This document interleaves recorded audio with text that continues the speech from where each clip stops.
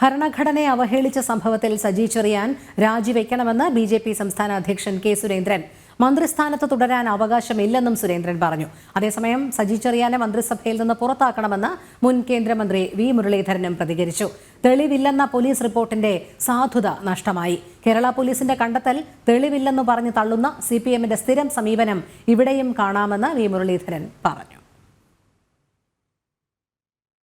സജി ചെറിയാൻ അന്നേ ഞങ്ങൾ പറഞ്ഞില്ല, അദ്ദേഹം രാജിവെച്ച് അദ്ദേഹത്തിന് ഇപ്പോഴും അധികാരത്തിൽ തുടരാനുള്ള ധാർമ്മികമായിട്ടുള്ള അവകാശമില്ല. ഭരണഘടനയെ എതിരായിട്ട് സംസാരിച്ചതിൻ്റെ പേരിൽ സജി ചെറിയാൻ രാജിവെക്കണം. ഇപ്പോൾ കോടതി വിധി തിരിച്ചടിയാണ്. ഭരണഘടനയെ അവഹേളിച്ച സജി ചെറിയാനെ മുഖ്യമന്ത്രി അടിയന്തരമായി മന്ത്രിസഭയിൽ നിന്ന് പുറത്താക്കണം. സജി ചെറിയാൻ ഭരണഘടനയെ അവഹേളിച്ചുകൊണ്ട് നടത്തിയ പരാമർശം, ആ പരാമർശത്തിൻ്റെ പേരിൽ നേരത്തെ ഒരു തവണ രാജിവെക്കേണ്ടി വന്ന ആളെ